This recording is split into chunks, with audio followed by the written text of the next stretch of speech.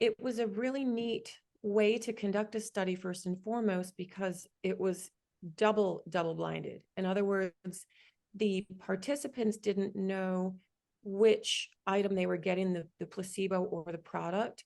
And we didn't know, as the study conductors, which was the placebo and which was the product. And so I really appreciate that foresight into how to make sure no one knew what they were getting, us included. And when I put out a text blast to my patients that we were looking for all women, we wanted premenopausal, perimenopausal, and postmenopausal women, and that we had a product that could potentially help them with some of the hormone fluctuations that many women experience. You know, there are so many endocrine disruptors in our environment that most women I know do feel that they have some sort of imbalance. And people were really excited and really interested to see what we might be able to help them with. And right out the gate, we had 60 women in total ready to go and ready to sign up for this project.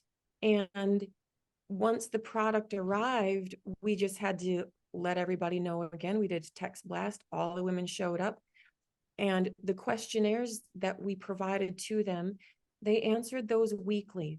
And the reason we did it weekly is that women who are premenopausal, sometimes they'll get symptoms for the first half of the month that are very different from the second half of the month.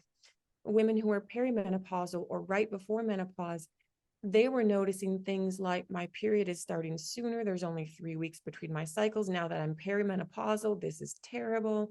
So we were looking for all of those different experiences that women were having, recording them and tracking them very carefully. And every week they answered the surveys. So they got a little packet of paper with their products, and every week they turned in more results, because eventually what I wanted to do was graph them. And so the trial we did for 30 days, and the results that we got, I just can't wait to share with you. You know, when you get to do this sort of work and really impact people's lives positively, it makes you excited to get to the office. So I'm really grateful that you included us in this project.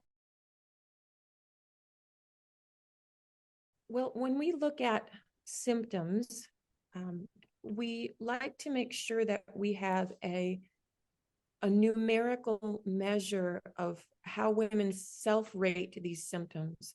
It can be difficult to be objective when you're looking at how a woman feels, right? If a woman just says, oh, I have terrible cramps, well, okay, that's your terrible. If 0 is, I have no cramps, if 10 is, these are the worst cramps ever, take me to the hospital, where are you right now? And if they self-rate that they have a typical cycle with cramps being a 7, and we put them on the product, and now that drops and their cramps are a 1 or a 2, that's a way to make sure that we can objectify the data. So when we asked for these symptom ratings, we didn't want to use words. We wanted to do a number value that the patient would self-rate and circle, because we don't know what it's like to be in someone else's body. So the symptoms that we looked for in our premenopausal were breast tenderness, mood swings, severity of cramps, night sweats, hot flashes, sleep disturbances, and headaches. We looked at all of those things. In the active menopause group, we looked at hot flashes, headaches, and mood swings, hormonal fluctuations in terms of how frequent are your cycles? Are you getting them at all? Are you not getting them at all? And then just overall energy, because for a lot of menopause women, their energy just bottoms out. And then for postmenopausal women, we looked at energy levels, mood swings, headaches, and sleep cycles. In other words, do you feel rested? Are you waking up multiple times a night? So those were the different criteria that we examined. And what's really great is that in our premenopausal women, 8 out of 10 saw improvement in their breast tenderness, mood swings, severity of their cramps, and sleep patterns. In the active menopause group, 8 out of 10 women saw fewer hot flashes, better sleep patterns. They weren't waking up multiple times a night. And my favorite was a lady who, every time she would get a hot flash, she would take a cap full of her product and swish it, and it would stop the hot flash in its tracks. It was the coolest thing for her. And then later, she reported that she felt cold for the first time in 6 years. Her hormones were so off the chain that she couldn't sleep under a blanket.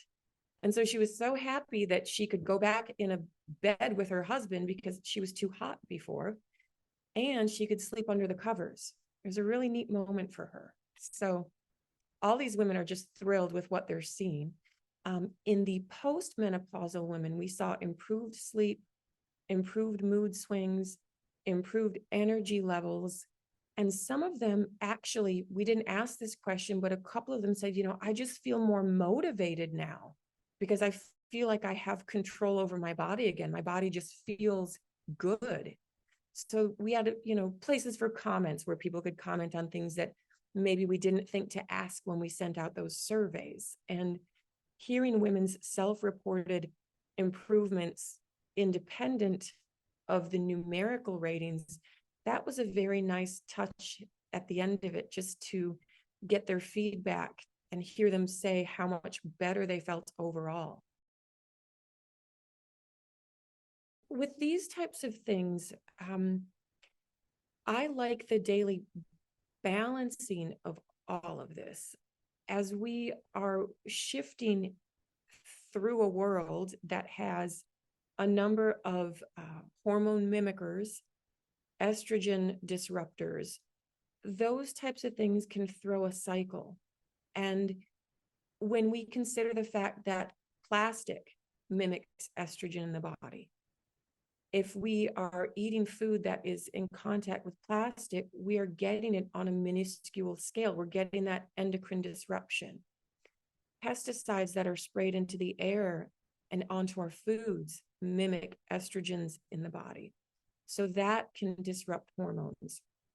And when we consider the capacity of minor fluctuations in hormones, how much that can tip the scale. And in the hormone world, it takes concentrations of 1 part per trillion to shift the balance.